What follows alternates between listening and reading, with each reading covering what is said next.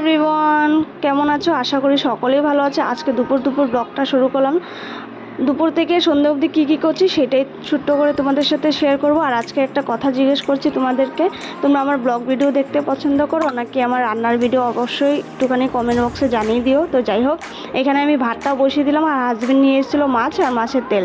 তো 4 পিসের মতো নিলাম, যেহেতু 2 জন মানুষ সেই জন্য আর কি 4 পিসের মতো মাছ আমি রান্না করে নেব সবজি দিয়ে। কারণ এই গরমে পাতলা ঝোল খাওয়াটাই ভালো, তাই না? হেভি মশলা টশলা দিয়ে খাওয়াটা উচিত না। তো যাই হোক, এখানে আমি কিছু সবজিপাতি দিয়ে মাছের ঝোলটা করলাম। আলু, বেগুন আর কাঁকরোল, ঝিঙে টিঙে দিয়ে মাছের ঝোলটা করলাম। এবার আমি নিজের প্লেটটা সাজিয়ে নিই। রান্না তো কমপ্লিট।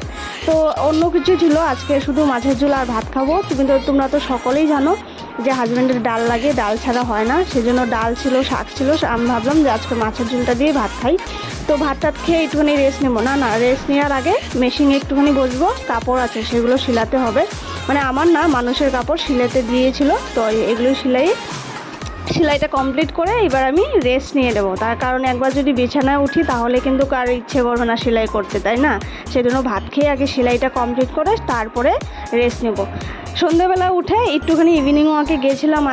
আজকে একটুখানি খারাপই লাগলো আমার, কারণ ফুটপাতে দুটো বাচ্চাকে দেখলে আমার খুব খারাপ লাগলো। তো জিজ্ঞেস করলাম তোমরা কই থাকো, কি করো? তো বললো কি আমরা এইভাবেই স্টেশনের নিচে থাকি, ভিক্ষে করি। আর জিজ্ঞেস করলাম মা বাবা কোথায়? বললো কি মা বাবাও আছে, কিন্তু তারাও এভাবেই ভিক্ষে করে। আমার এতটা খারাপ লাগলো। এত ছোট বাচ্চা, একটা হবে 1 বছর হয়নি, ছোট্ট একদম কুলে নেওয়ার মতো। আর একটা ভিডিওর শেষে আমি দেখিয়ে দেবো তোমাদেরকে। আর একটা একটুখানি বড়। তো মা বাবা গেছে বাজারে আর দুটো বাচ্চাকে নিয়ে। ও যেহেতু বৃষ্টি পড়ছিল সেজন্য প্ল্যাটফর্মের উপরে উঠে বসলো। আমার এতটা খারাপ